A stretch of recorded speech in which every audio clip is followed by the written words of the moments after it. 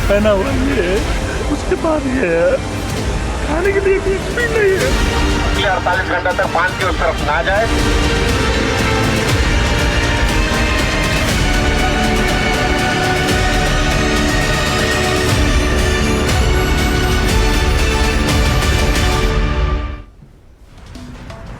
मैं सबसे पहले आज बात करूंगी यूपी बिहार में जो अलर्ट है उसकी भी। मैं ये भी बात करूंगी कि भारत ने कैसे नेपाल में मदद का हाथ बढ़ाया है। लेकिन सबसे पहले आपको बताऊंगी कि ये त्रासदी हुई कैसे, कैसे नेपाल इस त्रासदी का शिकार हुआ और इसके चलते हमें कैसे अलर्ट रहने की जरूरत है। मेरे पीछे जो आप तस्वीर देख रहे हैं, कुछ इसी तरह का बर्फ का पहाड़ था। 17,000 फीट पर यह बर्फ का पहाड़ टूटा है और तकरीबन 3,900 फीट नीचे गिरा है। ये जो आप तस्वीर देख रहे हैं, 3,900 फीट नीचे गिरा। उसके बाद आसपास का मलबा लेंडे नदी में लगातार समाता चला गया और इस मलबे को लेकर नदी आगे बढ़ गई। अब जब मलबे को लेकर और बड़े बड़े पत्थरों को लेकर नदी आगे चली तो उसने और ज्यादा त्रासदी मचाई और ज्यादा तबाही मचाई। कुछ इस तरह से नेपाल में ये त्रासदी हुई है जो मैं आपको दिखा रही हूं। ये एक एआई वीडियो के जरिए आपको समझा रही हूं, क्योंकि जब बर्फ के पहाड़ थे, जरा शुरू से इसे चलाइए। बर्फ के पहाड़ 17,000 फीट पर जब पिघलते हैं या टूटते हैं, उसके बाद किस तरह से वो पानी का जल स्तर अचानक बढ़ा देते हैं। और ये देखिए 3,900 फीट पर ये नीचे गिरा है और उसके बाद इसने अपने साथ सब कुछ मिला लिया है।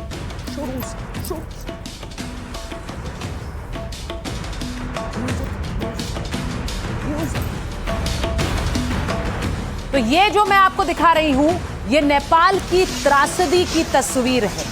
कुछ इसी तरह से पहाड़ टूटकर नीचे गिरा है और मलबा उसमें समा गया और उसके बाद इस मलबे और बड़े बड़े पत्थरों को साथ लेकर इस बर्फ के पहाड़ ने भारी तबाही मचा दी।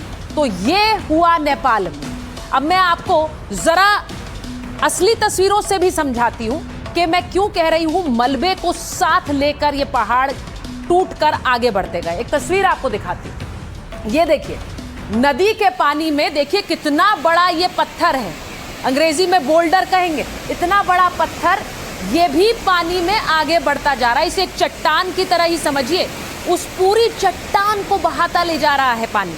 इतनी उग्रता से पानी आगे बढ़ रहा था और क्योंकि इतने बड़े बड़े पत्थर चट्टान पानी के साथ आए तो इसने नुकसान को कई गुना ज्यादा बढ़ा दिया। जरा दिखाइए।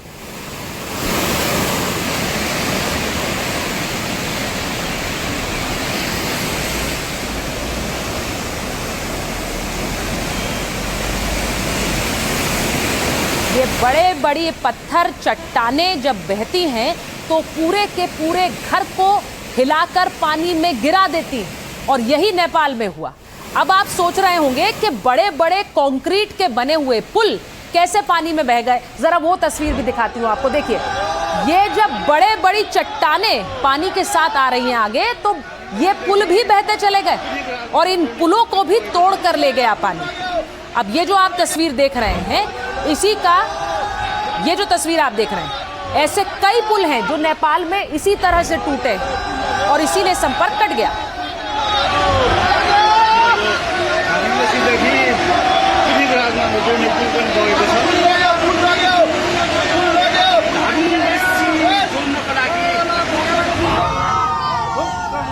अब आपको एक और तस्वीर दिखाती हूँ। ये तो बड़ा कंक्रीट का पुल था। अब एक और तस्वीर से आप समझेंगे, इस तस्वीर को जरा पूरा काट दीजिए। इस तस्वीर से आप समझेंगे कि कैसे पानी ने पुलों को बहा दिया। ये एक, इसको आम भाषा में झूला पुल कहेंगे। और यहाँ देखिए एक व्यक्ति ने इसका वीडियो बनाया और पानी में कैसे हिलता हुआ ये नजर आ रहा है। ये तब की तस्वीर है जब बड़ा जो आक्रोश था पानी का वो आगे बीत गया, लेकिन तब भी किस तरह से ये पुल पानी में ऊपर नीचे गोते खा रहा है, क्योंकि बड़े बड़े पुल भी इस पानी के आवेश में बहते चले गए।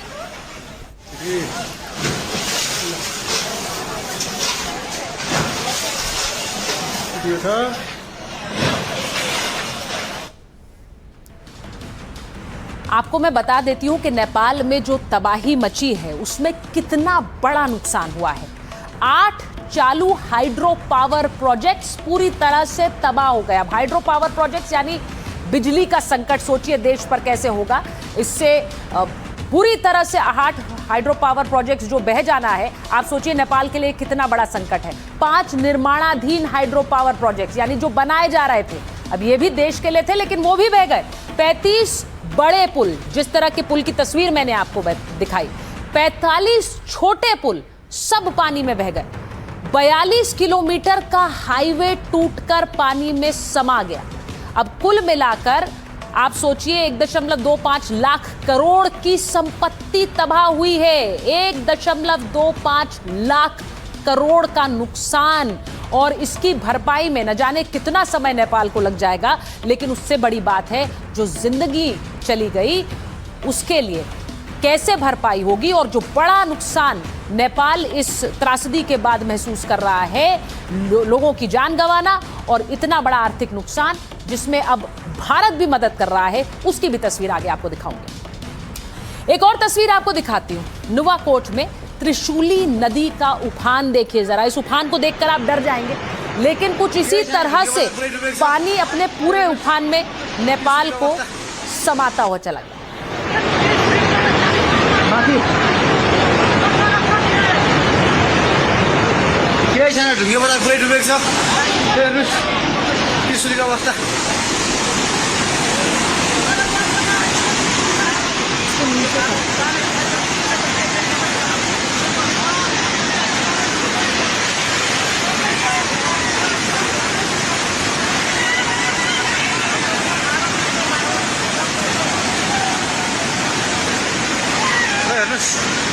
त्रिशुलीको पाहाड हाँस्योबाट केही छैन, पाहाड हाँस पनि सबै सक्यो। अब आपको एक और तस्वीर दिखाती हूं। नुवाकोट में कैसे हेलीकॉप्टर से रेस्क्यू हो रहा है। अब ये लगातार ऑपरेशन नेपाल चला रहा है जिसमें वो अपने लोगों तक पहुंचने की कोशिश कर रहा है। न जाने कितने हजारों लोग लापता है और अलग अलग देशों के लोग भी इसमें शामिल हैं। तो हेलीकॉप्टर के जरिए रेस्क्यू ऑपरेशन वहां पर चलाया जा रहा है। ये हेलीकॉप्टर्स चल रहे हैं। नेपाल में सैलाब आया तो लोग घरों में फंस गए, बाद में उन लोगों को रेस्क्यू किया गया। अब ये देखिए, ये रेस्क्यू ऑपरेशन की तस्वीरें नेपाल से आ रही हैं। नेपाल में बुलडोजर्स के जरिए लोगों को कैसे निकाल के लाया जा रहा है। मलबे में दब गए, पानी में बह गए, कितनी बुरी अवस्था में इन्हें नेपाल में रेस्क्यू ऑपरेशन के जरिए निकाला जा रहा है।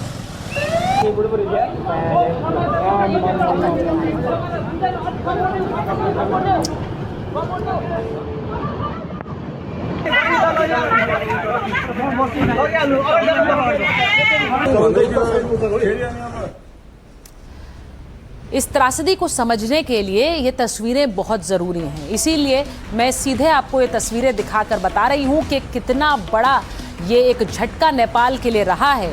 नुवाकोट, वहाँ के प्रधानमंत्री बालेन शाह पहुँचे। आर्मी कैंप में जाकर रेस्क्यू ऑपरेशन का उन्होंने जायज़ा लिया। ये देखिए, ये बालेन शाह की तस्वीरें हैं और वो वहाँ जाकर आर्मी से मुलाकात भी उन्होंने की। उन्होंने जाना कि कितना नुकसान हुआ है और वहाँ पर अफसरों ने उन्हें इस बारे में जानकारी दी।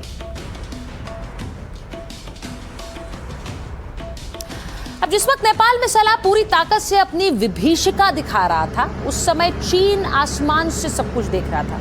ये जो तस्वीर आप देख रहे हैं, चीन के हेलीकॉप्टर से सैलाब की तस्वीरें कैमरे में कैद की जा रही थी। तो ये तस्वीरें आप देखिए, ऊपर से जो हेलीकॉप्टर से तस्वीरें ली गई, नीचे कुछ नजर नहीं आएगा क्योंकि पानी का इतना आवेश था और ऐसा लग रहा है जैसे वहां से भाप उठ रही है। बहुत दूर तक कुछ नजर नहीं आता है और उसके बाद नजर आती है तो सिर्फ तबाही।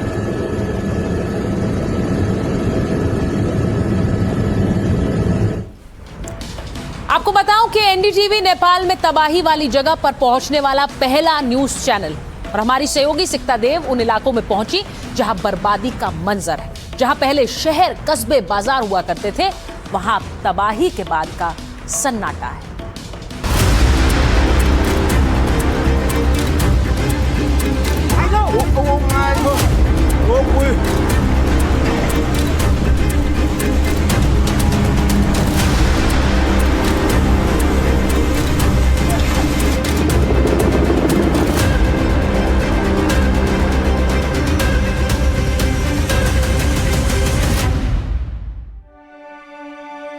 नेपाल में एनडीटीवी के कैमरे ने टूटे घर देखे, छूटते साथ देखे, अपनों को खोने का गम देखा और हालात से समझौता करते वक्त लड़खड़ाती जुबान देखी।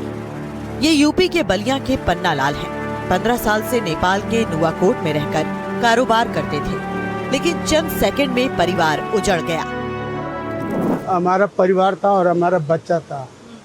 हम लोग यूपी के बलिया जिले के रहने तो क्या आपको कब खबर मिली कि यहाँ पर सैलाब आ गया? वहाँ हम लोग उधर से वापस आ रहे थे ना, तब फोन आया और सैलाब हुआ। हमारा फोन उन सब उसी में था, कागज पत्र सब उसी में सब बह गया है। इंडियन एम्बेसी का कागज वगैरह था, सब कुछ भी नहीं है। तो मदद के लिए आपसे आवाज लगा रहा था? आवाज लगा रहा था, अंकल जी उसको चक्कर में हम भी चल जाते, पूरा बलुआ से तोड़ दिया था। हम तो हाथ देने की कोशिश की आपने? हाथ दिए उसको, हम कॉलर भी पकड़े, नहीं पकड़ा जाती, पकड़ में नहीं आया? पकड़ में नहीं आया उसको। खाली ये इतना लौक रहा था, अंकल जी अंकल जी अंकल जी। अब हाथ दिए कि हमारा पूरा बलुआ से अभी तोप रहा था, अब हाथे नहीं जा रहा था उसको। सैलाब ने किसी का परिवार छीना तो किसी का रोजगार। एनडीटीवी के कैमरे पर ऐसे ही एक परिवार का दर्द आंसू बनकर छलक गया। दुकान 200 था, वो भी चला गया। माल बहुत था, गैस सिलेंडर था 100-200 गैस सिलेंडर भी था, सब दुकान घर सब गया। अब कुछ भी नहीं है, सिर्फ ये पहना हुआ ये है, उसके बाद ये है, खाने के लिए कुछ भी नहीं है। तो मुश्किल है, क्या करें, की सुसाइड करने पड़ेगा, मेरे कुछ भी नहीं है। नुवाकोट के त्रिशूली में पहले बाजार की चहल पहल होती थी, लेकिन अब सन्नाटा है। जो बच गए वो तबाही की कहानी बता रहे हैं। जो पानी है वो 10 मीटर 15 मीटर ऊपर से था, उतर आया था। ये अब बोलने की जगह नहीं है कि बहुत क्षति हो गया है। कितना लोग गया, कितना आदमी का बहुत नुकसान हुआ। आदमी तो कितना बहा उसका कोई गिनती नहीं है। आदमी कितना बहा है उसका कोई गिनती नहीं है। हम लोग का नजदीकी संपर्क में कम से कम 50-60 आदमी बहा है। ये नुवाकोट का देवी घाट है, आस्था का केंद्र था। दूर दूर से भक्त आते थे, लेकिन सैलाब आया तो कुछ लोग बह गए। जो बच गए वो मलबे में उम्मीद तलाश रहे हैं। तो नेपाल के अलग अलग इलाकों से लोग श्रद्धालु अपने मन में लिए दर्शनों के लिए देवी घाट पहुंचते थे। आज ये देवी घाट, जहां पर मंदिर पर और घाट पर बाजार सजता था, आज इस तरह से वीरान है। बहुमंजिला इमारतें देखिए, पहली दूसरी मंजिल तक ये गाद आ चुका है और पूरी तरह से सबमर्ज्ड है, डूबे हुए हैं ये बिल्डिंग्स। कहीं दुकान थी, कहीं होटल्स थे, लोगों के घर थे और अब वो पूरी तरह से गाद में डूबे हुए हैं। देखिए आधा दरवाज़ा इस वक्त दिखाई दे रहा है, खिड़कियां नहीं खुल रही हैं। तो ये ज़रूर फर्स्ट फ्लोर होगा और नीचे एक और मंजिल होगी, लेकिन एक मंजिल से ऊपर आकर ये आधी मंजिल तक ये पूरा गाद पहुंच गया। नेपाली आर्मी दिन रात रेस्क्यू ऑपरेशन चला रही है। त्रिशूली के आर्मी बेस कैंप से रेस्क्यू हेलीकॉप्टर ऑपरेट किए जा रहे हैं। लोगों तक राहत सामग्री पहुंचाई जा रही है। हेलीकॉप्टर्स की तैयारी हो चुकी है। पानी यहाँ से भेजा जा रहा है। ऊपरी इलाकों में जो लोग फंसे हुए हैं उन तक पानी भी पहुँचाया जाएगा। इसके अलावा स्ट्रेचर्स हैं, मेडिकल सुविधाएं हैं और तमाम वो ज़रूरी चीज़ें जो इस वक्त बेहद अहम है वहाँ फंसे लोगों को निकालने के लिए। संकट की इस घड़ी में भारत नेपाल के साथ है और जिस जगह जल प्रलय आया वहां से एनडीटीवी की टीम पल पल की जानकारी दे रही है। नेपाल के नुवाकोट से कैमरा पर्सन पूजा आर्या के साथ सिकता देव, एनडीटीवी इंडिया।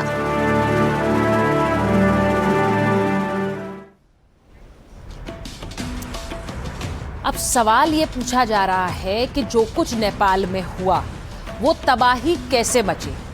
नेपाल में सैलाब चीन के कंट्रोल वाले तिब्बत से आया। बाढ़ की चेतावनी नेपाल को 45 मिनट देरी से मिली, ऐसी चर्चाएं हैं। हालांकि इसको लेकर खुद नेपाल कह रहा है कि दूसरे देश पर आरोप लगाना सही नहीं है। अब आरोप यह है कि क्या चीन को झील फटने की जानकारी पहले से थी? जानकारी थी तो उसने नेपाल को क्यों नहीं बताया? समय पर चेतावनी मिल जाती तो क्या नुकसान कम होता? चीन तिब्बत में भोटे कोशी पर सेफ्टी वॉल बना रहा है। अब इसे जरा समझिए जो मैं बता रही हूं आपको। नेपाल ने इस पर चिंता जताई और काम रोकने को कहा। सेफ्टी वॉल से नदी का पाट संकरा होने का डर था। नेपाल को डर था कि निर्माण से बाढ़ का खतरा बढ़ेगा, लेकिन चीन ने एतराज खारिज कर निर्माण को चालू रखा।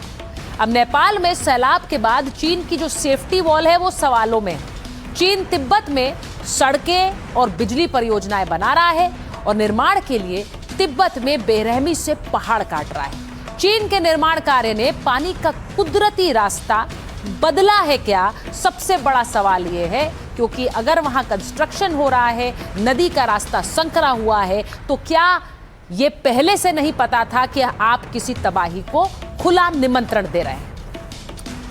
इस संकट की घड़ी में भारत नेपाल के साथ खड़ा है और एनडीटीवी ने साझा किया बाढ़ पीड़ितों का दर्द। एनडीटीवी अनवीक्षा के मंच से नेपाल के लोगों को श्रद्धांजलि दी गई और नेपाल के साथ खड़े होने की बात कही गई। May I request everyone here to please rise and join me in observing 1 minute of silence for those who've lost their lives, for those who remain missing, for their families and for the people of Nepal. Our thoughts are with Nepal. Our prayers are with Nepal.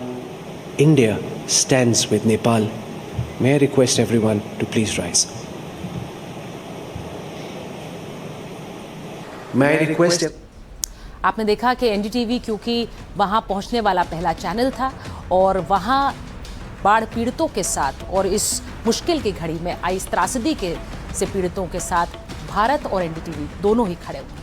Nepal में आई त्रासदी और तबाही पर नेपाल के विदेश मंत्री शिशिर खनाल ने NDTV से एक्सक्लूसिव बातचीत की और उन्हें बताया कि हजारों लोग जिनसे संपर्क नहीं हो पा रहा है उनकी भी खोजबीन हो रही है। हजारों लोग अभी भी संपर्क से बाहर हैं। Road bridges has been swept away. Electricity has also been difficult to establish because we've lost many of the power plants. So इसीलिए हमें अभी तक पूर्ण जानकारी अभी तक नहीं है। प्रारंभिक अनुमान ये है कि हजारों लोग अभी संपर्क से बाहर हैं। आपको बताऊं कि ईशा फाउंडेशन के कई लोग नेपाल में लापता हो गए हैं। उन्हें याद कर सदगुरु जग्गी वासुदेव भावुक हो गए, क्योंकि वहां कैलाश मानसरोवर की यात्रा के लिए भी लोग गए और उस दौरान कैसे उनकी ये भावुक तस्वीर आई वो भी आपको दिखाती हूँ। At 9:05, he sent a message that they have arrived at the immigration.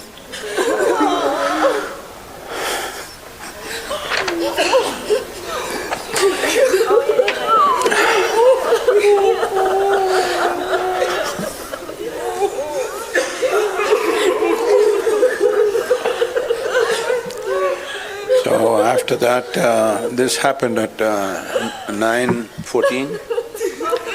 And Praveen, who was leading the team, who has been with us for more than 2 decades, is a full-time Ishanga with us. आपने देखा सदगुरु कैसे भावुक हो गए और ये इसलिए क्योंकि वहां पर ईशा फाउंडेशन के बहुत से लोग मौजूद थे, कई कैलाश मानसरोवर की यात्रा पर थे और इसीलिए इस तबाही के चलते उनकी जानकारी भी नहीं मिल पा रही है। इसलिए खुद सदगुरु जब लोगों को जानकारी दे रहे थे वो कैसे भावुक नजर आए। एक तस्वीर और आपको दिखाती हूँ जिससे आपको समझ आएगा कि नेपाल में कितनी बड़ी त्रासदी थी। जब पानी हट गया, पानी छट गया, तो सैलाब ने चारों तरफ कैसे मलबा बिखर के छोड़ दिया। देखिए ये घर की छत है, लेकिन कैसे मलबे में पूरी तरह से धसी हुई है। जो भी वाहन वहां मौजूद थे, वो गाड़ी थी, ट्रैक्टर था, सब उस मलबे में धसे हुए नजर आ रहे हैं।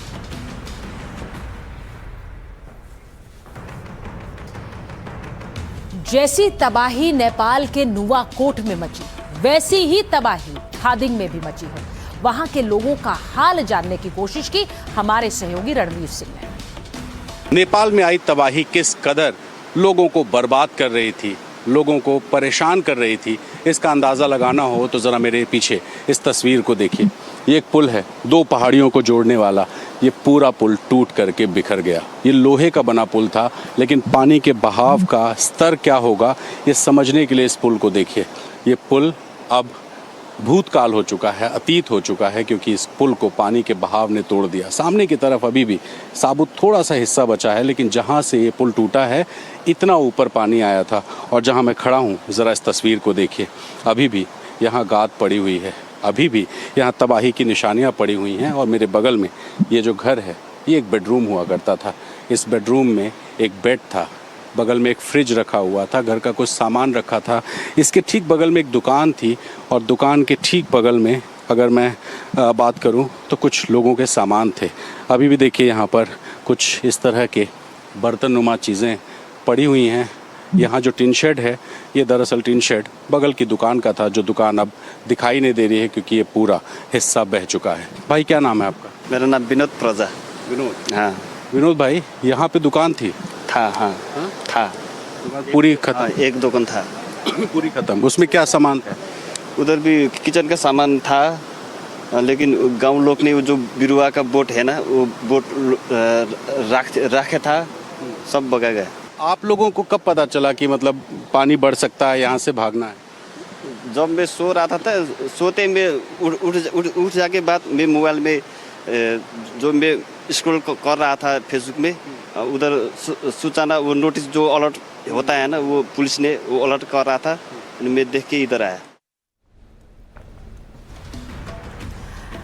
अब आपने देखा कि किस तरह नेपाल के लोग बता रहे हैं कि दुकानें थीं, अब रही नहीं। एक तो ये भी बता रहे थे कि अब उन्होंने जो कपड़ा पहना है उसके अलावा कुछ नहीं बचा है। ऐसी त्रासदी हुई है नेपाल में। आपको ये भी बताऊं कि नेपाल में जो त्रासदी हुई उसके बाद सवाल उठ रहे हैं कि अगर पानी चीन से होता हुआ नेपाल में आया और नेपाल से भारत तक पहुंच रहा है, तो ऐसे में क्या ये खतरा अभी भी बना हुआ है? 47 वाटर बम नेपाल के ऊपर कैसा खतरा बनकर खड़े हैं, ये आप जरा समझिए। नेपाल पर और ज्यादा बड़ी तबाही का खतरा क्या बना हुआ है? नेपाल तिब्बत में नदियों के पास 3624 बर्फीली झीलें हैं।